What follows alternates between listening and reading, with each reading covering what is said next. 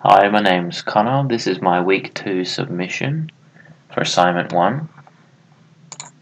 So this week pretty much involved on focusing on creating the initial file, so the initial activities. I've created 3 separate activities and then working out a way that once a button is pressed, it'll then take you to the next activity, and then finally having text input fields and then figuring out a way to pass the text from one activity to another and display it in the last activity.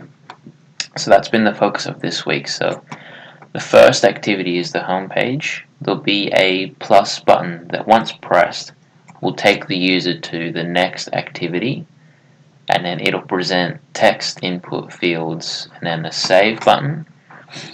So the idea is that they'll add a new note and it'll take them to this activity, and then they'll input the information they want, so like the note title and then the note text, and then save it.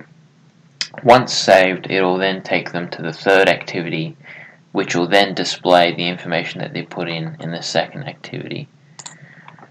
So that's the home page. Once you press the plus button, it'll let you create a note in the next activity, so the title and then the comment that you want to add, and you can save it and it'll display it in the third activity, so the title and then what they've added as well.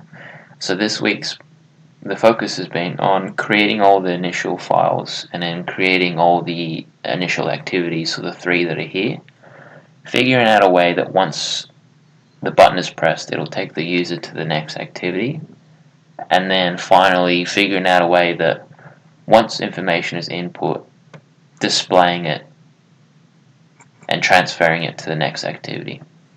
So that's been this week's focus. Next week's focus is I'm going to try to get the information that's put in displayed on the home page.